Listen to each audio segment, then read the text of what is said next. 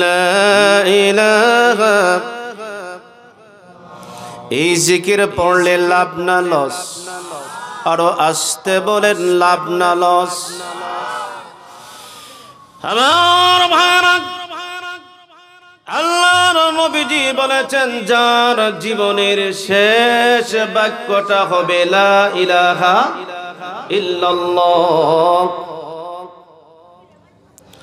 হতে পারে আজকের এই মাহফিল আমাদের জন্য জীবনের শেষ মাহফিল হয়ে যেতে পারে। ঠিক কিনা বলেন? পারে কিনা? আমরা এই হাতটা বুকের মধ্যে রেখে কেউ বলতে পারবো না এই মাহফিলের শেষে, এই মাহফিলের পরে সুস্থ শরীরে, সুস্থ দেখো মন নিয়া আমরা সবাই বাড়িতে যেতে পারবো। এই কথাটা আমরা কে কে বলতে পারবো? একটু হাত ওঠান। কথা বোঝার জন্য চেষ্টা করবেন। কেউ পারবো না, খেয়াল করেন। কিন্তু আল্লাহর নবীজি বলেছেন, যার জীবনের শেষ বাক্য হবে মান কানা আখিরু কালামিহি লা ইলাহা ইল্লাল্লাহ ফাদাখালাল জান্নাহ। আল্লাহর নবীজি বলেছেন, সে অবশ্যই অবশ্যই জান্নাতে প্রবেশ করবে। আরো আসতে বলেন সুবহানাল্লাহ। কইছি আসতে হলে জুড়ে হয়।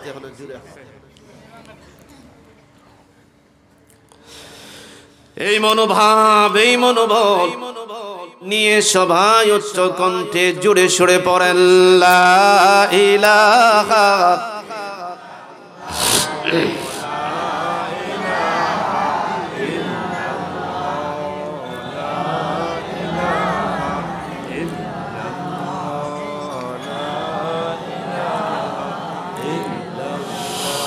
লা ইলাহা ইল্লাল্লাহ মুহাম্মাদুর রাসূলুল্লাহ সাল্লাল্লাহু আলাইহি ওয়াসাল্লাম। মির্জাপুর বাইপাস মোড় এলাকাবাসীর উদ্যোগে মৃত ব্যক্তিদের মাগফিরাত কামনায় তৃতীয় বার্ষিকী ওয়াজ ও দোয়ার মাহফিলের সম্মানিত সভাপতি, আপনাদের এই এলাকার প্রখ্যাত আলেমে দ্বীন, বয়স্ক মুরব্বী আলেম, সকলেরই সুপরিচিত হযরতুল আল্লামা মাওলানা আব্দুল শাহিদ সাহেব হাফেজাহুল্লাহ। তিনি অসুস্থ, আমরা সকলেই জানি। আলেম হিসাবে আপনাদের কাছে সহি আলেম না বেদাতি আলেম? একসাথে বলা লাগবে। সহি আর বেদাতি বুঝেন তো? আজকে সহি আর বেদাতি, বেদাতি আলেমের ভাইরাস যেইভাবে আমাদের সমাজে ঢুকছে, ঈমান টিকে রাখা বড় কঠিন। ঠিক কিনা বলে? খুব কঠিন, খুব কঠিন। আল্লাহ যদি আল্লাহ মাফ না করে, 3 শ্রেণীর লোক দিয়ে কিয়ামতের দিন আল্লাহ পাক জাহান্নাম উদ্বোধন করবেন। এনে সুবহানাল্লাহ কয়। মনোযোগী নাই শ্রোতা। আজকে কিছু দরবাম, সময় তো বেশি না, 1 ঘন্টা। খুব খেয়াল করে জবাব দিবেন। কয় শ্রেণীর? আরো আসতে বলেন, কথা বলা লাগবে। কয় শ্রেণী? 3 শ্রেণী। নাম্বার ওয়ান, আপনার বাড়ি ঘর, দোকানপাট, ব্যবসা বাণিজ্য, চাকরি হয় না, নতুন ঘরে উঠবেন, বিয়া শাদী করছেন, মিলাদ মাহফিলের দরকার, এটা উদ্বোধন করেন কারে দিয়া? কথা বোধ বুঝেন না, কারে দিয়া? না মমতাজ রান্না, কারে দিয়া? আলেম দিয়া। মমতাজ মাশাআল্লাহ ভালো হাদিস কয়, তরিকত, শরীয়ত, মারেফত, হাকিকত, সিয়াসিত্তার হাদিস সব মুখস্থ। বাপরে বাপ, কত বড় আল্লামা কুতকুতানি বদনা। নাউজুবিল্লাহ কইবেন না? ফাটটা যায়, বুকটা ফাটটা যায়, যুবক রক বুকটা বিলে ফাটটা যায়। নাউজুবিল্লাহ কইেন না।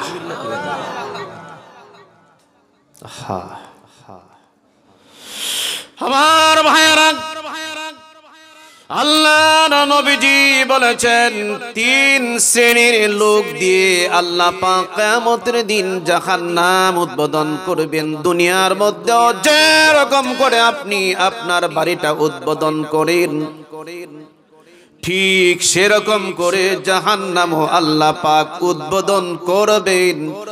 এর মধ্যে এক নাম্বার হলো বেদাতি আলেম। বেদাতি আলেম বুঝেননি? আরে বাপরে বাপ, ওরও আলেম। দয়াল বাবা কেবলা কাবা আয়না কারিগর, আয়না তো বসাইয়া দিছে কলমের ভিতর। আছে না নাই? মির্জাপুর বুধ নাই, খারুয়া জিকির করে, আছে না নাই? খারাপ লাগতেছে? খারাপ লাগতো না, ভালোই লাগতো। সময় কিন্তু না, 1 ঘন্টা গেছে, 10-15 মিনিট। আমার ভাইয়ারা,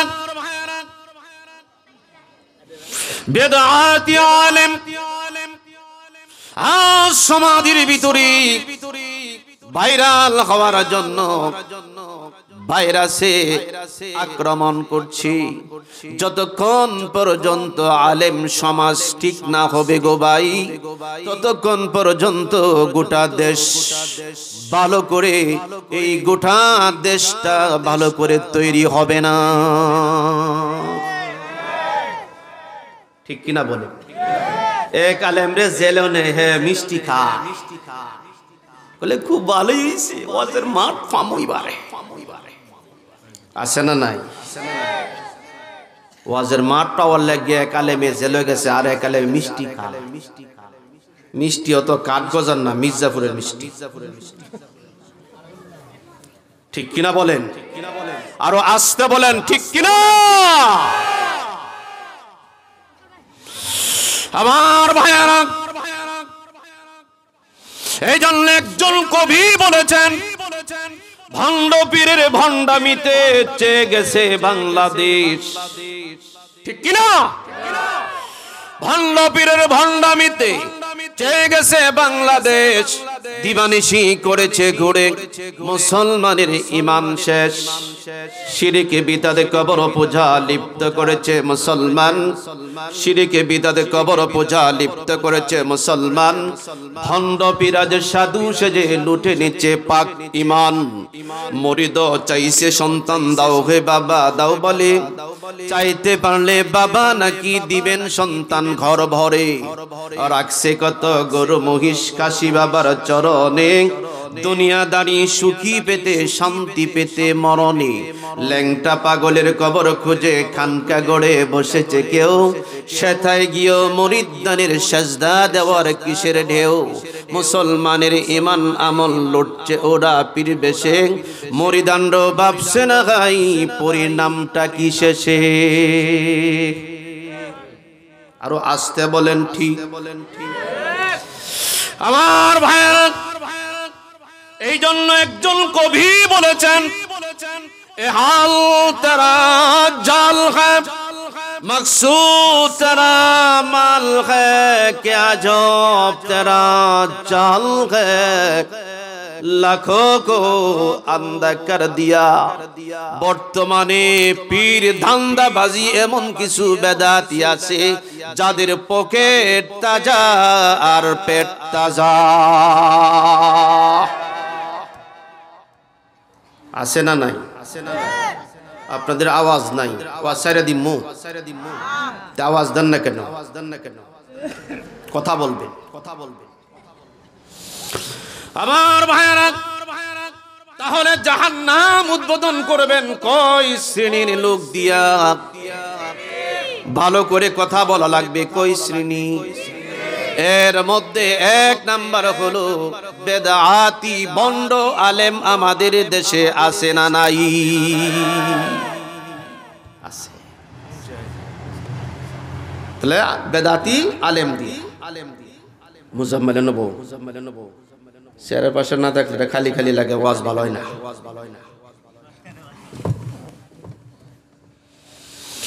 আমার ভাইরা, দুই নম্বর কি? দুই নম্বর হলো ওই বিশিষ্ট বড় দানবীর, বিশিষ্ট বড় দানবীর আছে না নাই? কথা বলা লাগবে, আছে না নাই? নির্বাচন আসলে পরে দানের বাপরে বাপ কি প্রতিযোগিতা, 1 লক্ষ টাকা দেয়া দিমু, দিছে না কিন্তু শিকার আসছে, দিবে কেন, কেমনে দিব? বুট বুট কথা কয় না, বুট বুট দিলে পরে নাম দিছে বড় বিশিষ্ট দানবীর। আল্লাহ পাক বলবেন এদিকে আয় বিশিষ্ট দানবীর। এত সহজ না, সহজ না আমার ভাইরা। নাম যশ সম্মান দেখানোর জন্য আমাদের কিশোরগঞ্জের ভাষা কয় ফুডাঙ্গিগিরি দেখার জন্য, বিশিষ্ট দানবীর সাজে আল্লাহকে রাজি খুশি করার জন্য নয়। ওই বিশিষ্ট দানবীর দিয়া আমার আল্লাহ পাক কিয়ামতের দিন জাহান্নাম উদ্বোধন করবেন। কথা বুঝাইতাম পারছি তো? এই সাবজেক্টের উপরে আলোচনা করলেই অনেক সময় লাগবে, গেলাম না। শুধু মূল পয়েন্টগুলি মনে রাখেন। কয়টা হইল? জোরে বলেন। 3 নাম্বার শহীদ। 3 নাম্বার কারা? জোরে বলেন কারা? শহীদ। আমার ভাইরা, এবার শহীদদেরকে ডেকে বলবেন, শহীদ এদিকে আয়, বল আমার অসংখ্য অগণিত নিয়ামত পায়া কি করছিলে বল। আল্লাহ গো, নবীর বিরুদ্ধে কথা বললে, আপনার বিরুদ্ধে কথা বললে তরবারি নিয়ে বের হয়েছি। আল্লাহ পাক বলবেন না না, তুমি গাজী এবং মানুষের যশ পাওয়ার জন্য শহীদ হইছ তো মানুষে তো তোমাকে গাজী ডাকছি। এদিকে আসো, জাহান্নামে ডুব। আমার ভাইরা, কোরআনে কারিমের ভিতরে আল্লাহ পাক পরিষ্কার করে বলেছেন, ইয়া আইয়ুহাল্লাযীনা আমানু হাল আদুল্লুকুম আলা তিজারাহ هل أدلكم على تجارة تنجيكم من عذاب أليم تؤمنون بالله ورسوله وتجاهدون في سبيل الله بأموالكم وأنفسكم ذلكم خير لكم إن كنتم تعلمون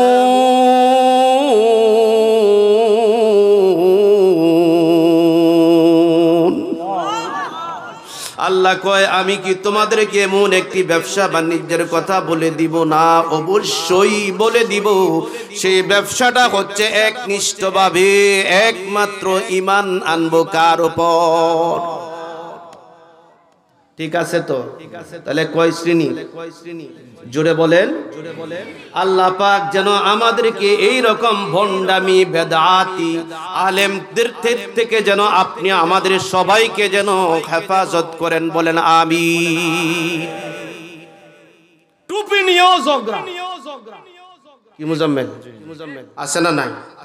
টুপি নিয়েও কি ঝগড়া? টুপি পড়লেই কয়টা বেদাতি টুপি, আর একটা কয়টা সুন্নি টুপি, আর একটা কয়টা ওহাবি টুপি, আছে না নাই? জোরে বলেন।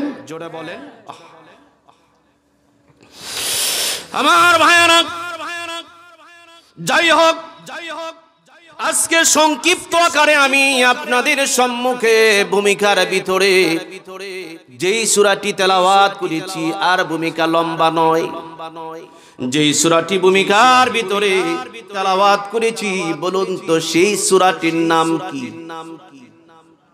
সবাই বলেন। সূরা ফাতিহা। বলেন না সবাই, কি নাম? জোরে বলেন কি নাম? সূরা ফাতিহা। সবাই মুখস্থ আছে তো? জোরে বলেন সবার মুখস্থ আছে তো? কার কার মুখস্থ নাই একটু হাত ওঠান। মাশাআল্লাহ, সবাই খুব ভালো মনোযোগী। আল্লাহ কবুল করুক, বলেন আমিন। আরো জোরে বলেন আমিন। আমার ভাইয়েরা, এই সূরাটির গুরুত্ব, তাৎপর্য, মহত্ব, ফজিলত বিশাল বড়। কারণ কোরআনে কারিমের ভিতরে 6666টি আয়াত। আয়াত সংখ্যা কত? 6666। সূরা সংখ্যা কত? কথা বলেন। সূরা সংখ্যা কত? 114টি। 114টি সূরার মধ্যে সবচাইতে বড় দামি সূরার নাম কি? কথা বলেন একসাথে, কি নাম? সূরা ফাতিহা। সুবহানাল্লাহ বলেন।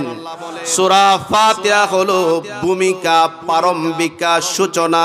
আরবিতে বলা হয় মুকাদ্দামাহ। শুনতে রাজি আছেন তো? খুব গুরুত্বপূর্ণ, সবাই শুনতে রাজি? এই সংক্ষিপ্ত সময়ের ভিতরে শেষ করা যাবে না, খুব ফজিলতপূর্ণ। বলুন তো সূরা ফাতিহা ছাড়া নামাজ হয়নি? আরো জোরে কোন? লা সলাতা ইল্লা বিফাতিহাতিল কিতাব। সূরা ফাতিহা ছাড়া নামাজ হয় না। কমপ্লিট একটি সূরা আল্লাহ পাক নাজিল করলেন, আর আমার আল্লাহ রাব্বুল আলামিন সর্বপ্রথম যে আয়াতে কারিমা নাজিল করলেন, সর্বপ্রথম সে আয়াত সংখ্যা হলো কত? 5। আয়াত সংখ্যা কত? 5। সূরা আলাকের, পারেন না সবাই? 5টি আয়াত সর্বপ্রথম নাজিল করলেন, আর কমপ্লিট ভাবে আল্লাহ পাক সূরা ফাতিহাটাকে পূর্ণাঙ্গ একটি সূরা, সম্পূর্ণ একটি সূরা আমার আল্লাহ রাব্বুল আলামিন নাজিল করে দিলেন। আরো মজা করে বলেন। আর 5টি আয়াত।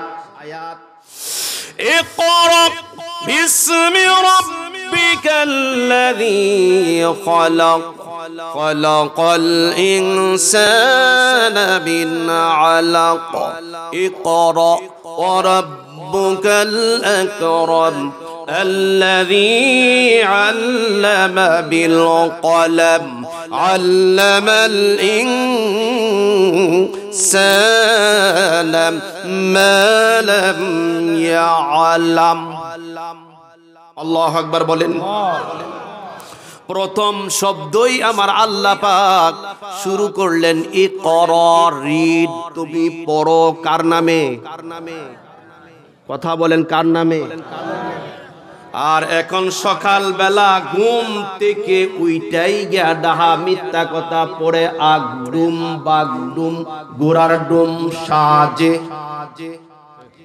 কথা বলেন কি পড়ে আগডুম sir please excuse me sir সব সময় তো পড়াইলে নেই আজকে স্যার ক্লাসের মধ্যে আগডুম শব্দের অর্থ কি একটু বলেন স্যার আচ্ছা আগডুম শব্দের অর্থ বলেন তো কে পারবেন স্যার কেন স্যারের বাপই পারত ঠিক কিনা বলেন আমার ভাইরা এবার স্যার ছাত্রকে ধমক দিয়া কয় এই পর বাগডুম ছাত্র কয় স্যার বুঝলাম আগডুম শব্দের অর্থ বাগডুম sir please excuse me don't mind sir মেহেরবানি করে বাগডুম শব্দের অর্থটা একটু বলে দেন স্যার বাগডুম শব্দের অর্থ আসেনি কথা বলেন আছে নাই এবার স্যার আর একটা দমক দিয়া কয় পর গোরার ডুম সাজে নাউজুবিল্লাহ বলেন আমার ভাইরা এই যে পড়াগুলো সকালবেলা ঘুম থেকে উঠেই গিয়া পড়লো ডাহা মিথ্যা কথা আর আমার আল্লাহ পাক বলতেছেন পড়ো ইকরা বিসমি রাব্বিকাল্লাযী খালাক সুবহানাল্লাহ বলেন আগের দিনের কবিতাগুলো কত সুন্দর সকালে উঠিয়া আমি মনে মনে বলি সারা দিন আমি যেন ভালো হয়ে চলি আদেশ করেন যাহামুর গুরুজনে আমি যেন সেই কাজ করি ভালো মনে আমি যেন সেই কাজ করি ভালো মনে ঠিক কিনা বলেন আমার ভাইরা এই জন্য সন্তানটাকে ভালো করার জন্য দিনদারি করার জন্য পিতার চাইতে মায়ের ভূমিকা গুরুত্ব কম না বেশি কথা বলেন গুরুত্ব কম না বেশি বেশি ঠিক কিনা বলেন সকালবেলা ফজরের নামাজের পর যদি মা বলে বাবা কোনো কথা নাই মক্তবে যাও ছেলে যাবে কিনা কথা বলেন ছেলে যাবে কিনা যাবে কিন্তু মা সকাল বেলায় পেরেশানি থাকি স্কুলে দেওয়ার জন্য পাগল পার হয়ে যায় স্কুল বলতে আমি নিষেধ করি না বরংস স্কুলও ভালো যদি সেই স্কুলের ভিতরে ইসলামী শিক্ষা থাকে ঠিক কিনা বলেন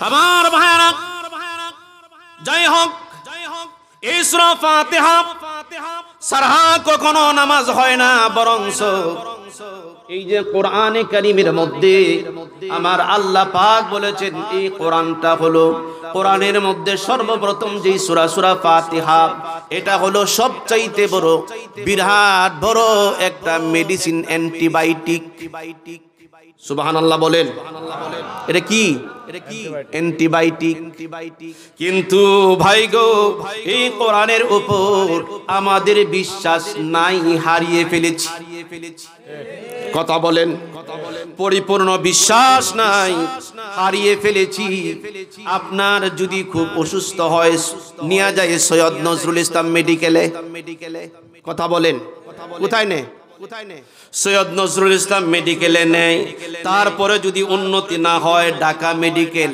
তারপরেও যদি উন্নতি না হয় লেবেইডে তারপরেও যদি উন্নতি না হয় স্কয়ারে তারপরেও যদি উন্নতি না হয় নিয়ে যায় ইউনাইটেডে তারপরেও যদি উন্নতি না হয় ভারতে তারপরেও যদি উন্নতি না হয় সিঙ্গাপুর মাউন্ট এলিজাবেথ হসপিটালে কথা বলেন কিন্তু এই ঘরের ভিতরেই আমার আল্লাহ পাক বিরাট বড় অ্যান্টিবায়োটিক রেখে দিয়েছেন আপনি কি একটু তেলাওয়াত করছেন আপনি কেউ যদি মুমূর্ষ অবস্থায় খুব কঠিন রোগ বিধিতে ভুগতেছেন আল্লাহর নবীজি বলেছেন কেউ যদি ফজরের নামাজের পর সূরা আপনার ফাতিহা ফরজের আগে সুন্নতের পরে বোঝার জন্য চেষ্টা করবেন ফজরের নামাজের পর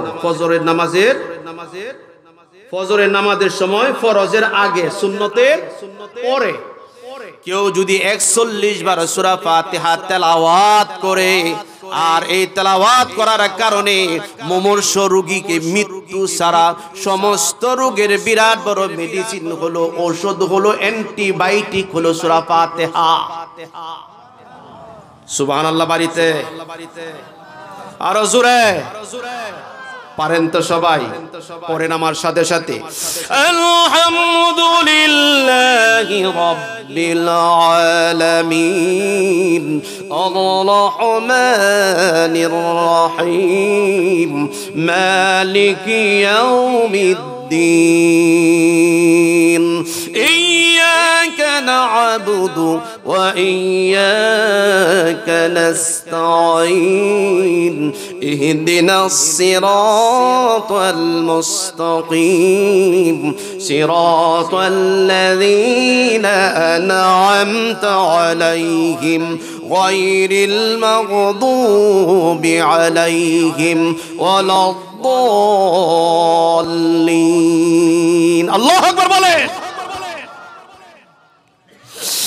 আমার ভাইয়েরা, আল্লাহ পাকের কোন বান্দা বান্দি যখন নামাজের ভিতরে দাঁড়িয়ে যায়, খেয়াল করেন ভাই গো, নামাজের ভিতরে যখন দাঁড়িয়ে যায় তখন আল্লাহ পাকের এই বান্দা বান্দি স্বয়ং আমার রবের সাথে কথা বলে। মজা করে বলেন না সুবহানাল্লাহ। কার সাথে কথা বলে? আল্লাহর সাথে কথা বলে। কেমনে কথা বলে?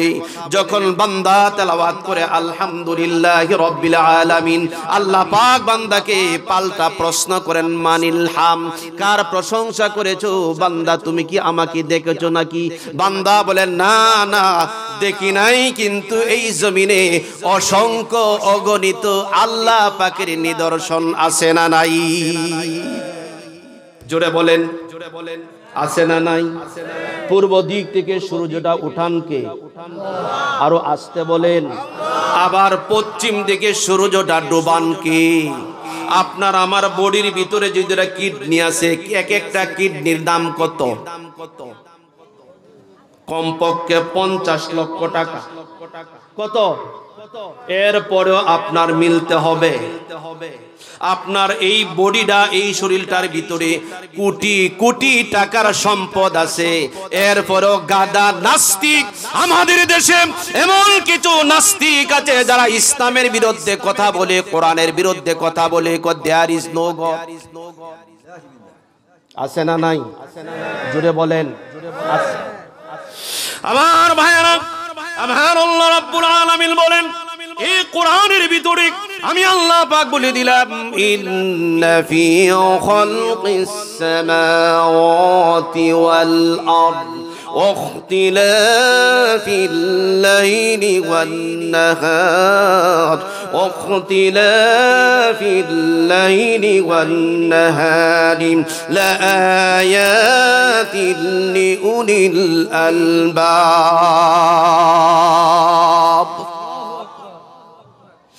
আমার ভাইয়েরা, যারা এরকম প্রশ্ন করে তাদের একটু চিন্তা গবেষণা করা উচিত। রাতের পর দিন, দিনের পর রাত সূর্যটা পূর্ব দিকে উঠান, আবার পশ্চিম দিকে অস্তমিত করেন। এই কাজটা যিনি করেন তিনি আর কেউ নন, তিনি হচ্ছেন আমার আল্লাহ। ঠিক কিনা বলেন? আরো আমার আল্লাহর পরিচয় জানতে চান তো? ছোট্ট একটি সূরা, সূরা ইখলাস, আল্লাহর পরিচয় আছে না নাই? জোরে বলেন, আছে না নাই? পড়েন সবাই। কুল হুয়াল্লাহু আহাদ আল্লাহুস সামাদ লাম ইয়ালিদ ওয়া লাম ইউলাদ ওয়া লাম ইয়াকুল লাহু কুফুয়ান আহাদ। এই যে একবার তেলাওয়াত করলাম, 10 পারা কোরআনে কারীম তেলাওয়াত করলে যেই সওয়াব হবে, সেই সমপরিমাণ সওয়াব আল্লাহ পাক আপনার আমার আমলনামার মধ্যে লিখে দিছে। কয় পারা? আরো জোরে বলেন, কয় পারা? 10 পারা। আর 2 বার পড়লে 20 পারা, 3 বার পড়লে 30 পারা। আর 3 বার সূরা ইখলাস তেলাওয়াত করলে মোটামুটি 1-1.5 ঘন্টা সময় লাগে। তো বুঝছি না জবাব দিয়ে কতক্ষণ লাগে? 1 মিনিটের ভিতরেই কিন্তু সূরা ইখলাসটাকে তেলাওয়াত করা যায়, ঠিক কিনা বলেন? আমার ভাইরা, শুধু তাই নয়, আমার রবের পরিচয়, আমার রবের অ্যাড্রেস, আমার রব কি সুন্দর করে বলেছেন, বান্দা এরপরেও কেন চিন্তা করো না, গবেষণা করো না, রিসার্চ করো না? একটু চিন্তা করে দেখো আমি রব্বুল আলামিন কোথায় কি অবস্থায় আছি। সুবহানাল্লাহ বলেন। আমিরুল মুমিনিন, খলিফাতুল মুসলিমিন হযরত ওমর, নাম শুনছেন তো? একসাথে বলেন, খলিফাতুল মুসলিমিন হযরত ওমরের নাম শুনছেন তো? নরম না গরম? বাপরি বাপ, এমন গরম না তো? এই গরম সাহাবী, যেই সাহাবী রাঙ্গা তরবারি তলোয়ার নিয়ে বিশ্ব নবীকে হত্যা করার জন্য রওনা হয়ে গেছে, ওই সাহাবী এই কোরআনে কারীম তেলাওয়াত শুনে কালিমা পড়ে মুসলমান হয়ে গেছে। জোরে কোন? কালিমা পড়ে কি হয়ে গেছে? মুসলমান হয়ে গেছে। প্রশ্ন করতে পারেন কেমনে মুসলমান হইল? আবু জেহেল ঘোষণা করলো, কেডা? জোরে বলেন। আবু জেহেল ঘোষণা করলো, এই আব্দুল্লাহর পোলা নবী মুহাম্মদ সাল্লাল্লাহু আলাইহি ওয়াসাল্লামের মাতা যে ব্যক্তি দ্বিখণ্ডিত করে এনে দিতে পারবে 100 লাল উট আর 100 সাদা উট পুরস্কার দেওয়া হবে। আরো আসতে বলেন। হযরত ওমর লম্বা মানুষ তো, সাহাবায়ে কেরামদের মধ্যে সবচেয়ে বড় লংজিভিটি লম্বা ছিল হযরত ওমর। সুবহানাল্লাহ কয় না? আরো জোরে কোন? কিন্তু বিশ্ব নবী জনাবে মুহাম্মদ রাসূলুল্লাহ সাল্লাল্লাহু আলাইহি ওয়াসাল্লাম লম্বা হইল 1 দুশ, আবার খাটো হইল আর 1 দুশ। কথা কয় না? লম্বা হইল 1 দুশ, খাটো হইল আর 1 দুশ। কিন্তু আমার নবীজি লম্বাও ছিলেন না, খাটোও ছিলেন না, আমার নবীজি ছিলেন মাঝামাঝি। সুবহানাল্লাহ পকেটে। আরো জোরে, আরো জোরে। এখানে কি বড় বুঝাজা দেখেন। আমার নবীজি যখন সাহাবায়ে কেরামদের সাথে হাঁটতেন, উমরের অনেক লম্বা, এখন উমরের সাথে যদি আমার নবীজি হাঁটতো আর উমরের নিচে যদি আমার নবীজি পড়ে থাকে, তাইলে কাফেররা বলবো, দেখ মুহাম্মদ হলো তাদের ধর্মীয় নেতা, আর নেতার অবস্থা দেখ, জনগণের চাইতে নিচে পড়ে রয়েছে, একটা নেতা হইল। ঠিক কিনা বলেন? কিন্তু হাঁটলে এখানে কত বড় মুজিজা দেখা দেয়। আল্লাহু আকবার বলেন। হযরত ওমরের সাথে যখন আমার নবীজি হাঁটতেন, তখন অটোমেটিক আমার নবীজি হযরত ওমরের চাইতে অটোমেটিক আধা হাত বড় হয়ে যেত। আল্লাহু আকবার বলেন। সেই ওমর দাঁড়ায় গেছে, আমি হত্যা করব। আবু জেহেল কয়, তোমার দ্বারাই সম্ভব। রাঙ্গা তরবারি তলোয়ার নিয়ে ঘর থেকে বের হয়েছে। অনেক লম্বা ঘটনা, আমার ওইদিকে উদ্দেশ্য না, অনেক লম্বা ঘটনা।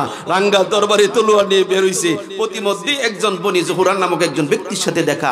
এই ওমর যাও কই? বলে বিশ্ব নবীজির মাথাটা দ্বিখণ্ডিত করার জন্য যাচ্ছি। বলে মিয়া আগে ঘর সামলাও, ঘরের খবর নিয়ে দেখো তোমার বোন ভগ্নিপতি কালিমা পড়ে মুসলমান হয়ে গেছে। আরো জোরে।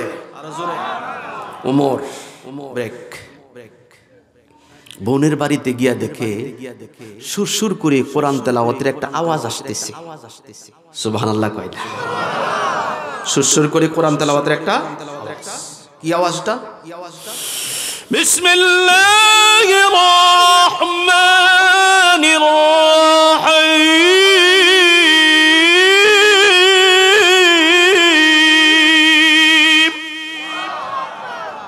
একটা টান যখন শুনছি, সর্বনাশ। হযরত ওমরের মনটা পাথরের মতন শক্ত, কোরআন তেলাওয়াতের আওয়াজটা শুনলে মোমবাতির মতন নরম হয়ে গেছে গা। আল্লাহু আকবার। প্রকাশ করেন না। দরজার আওয়াজে ভিতর থেকে বনে বলতেছে মনে মনে, যে আওয়াজটা দিছে এটা আমার ভাই হযরত ওমরের আওয়াজ। সুবহানাল্লাহ।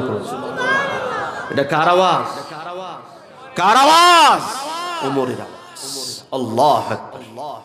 দরজা খুলছে, ভাইকে বলতেছেন আহলান সাহালান মারহাবান বিকুম, স্বাগতম। আরবিতে বলে আহলান সাহালান মারহাবান বিকুম, ভাইকে স্বাগতম দেওয়ার জন্য।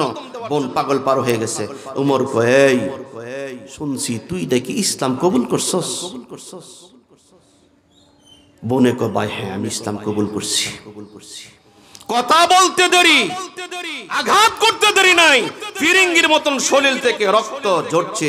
আপনি মনে রাখবেন, মৌমাছির শাকের মধ্যে যখন কেউ টুকা দেয় তখন তার পাওয়ার বাড়ে না কমে? কথা কয় না, বাড়ে না কমে? যেই ওমরের বোনের উপরে আঘাত করেছে, আল্লাহর কসম মৌমাছির চাকের মতো তার ইমানের জজবা আরো বেড়ে গেছে। চিৎকার মেরে বলেন সুবহানাল্লাহ। আমার ভাইরা, এবার বলছে ভাই তুমি যে আমাকে আঘাত করেছো, রক্ত ফিরিঙ্গির মতন বের হয়েছে, আল্লাহর কসম আমাকে যদি তুমি মারতে মারতে দুনিয়ার বুক থেকে বিদায় করে দাও, আল্লাহর কসম যেই কালিমা আমি গ্রহণ করেছি সেই কালিমা আমি ছাড়তে পারবো না। কেমন মনে করে সেই কালিমা ছাড়তে পারবো না? ভাই তো কয় বড় মুশকিল। আবার এখানে আরেকজন আছে কোরআনের তেলাওয়াতের তালিম দিচ্ছে, মুখস্থ করাচ্ছেন, নাম হলো খাব্বাব। সুবহানাল্লাহ বলেন। খাব্বাব গিয়া হযরত উমরের ডোরের ঠেলায় খাটের নিচে গেছে। আবার আরেকজন দরজা সিপাই গেছে। আহা, আল্লাহ আকবার।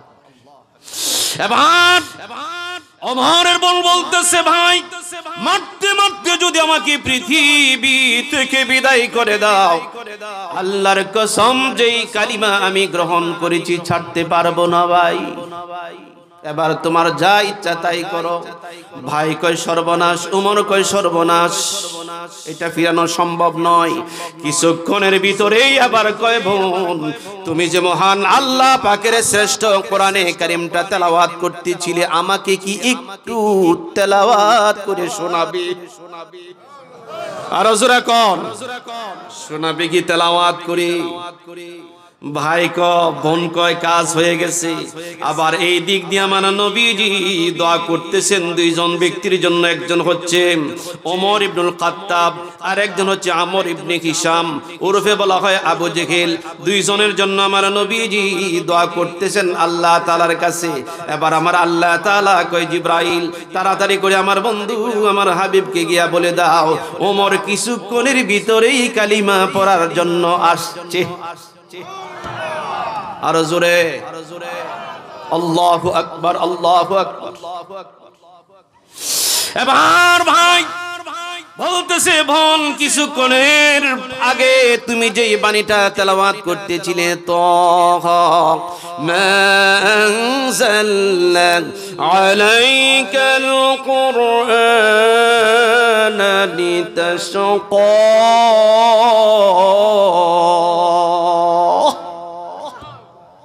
কোরআন কাউকে কষ্ট দেওয়ার জন্য আসে নাই, বরঞ্চ কোরআন আসছে কষ্টটাকে দূর করার জন্য।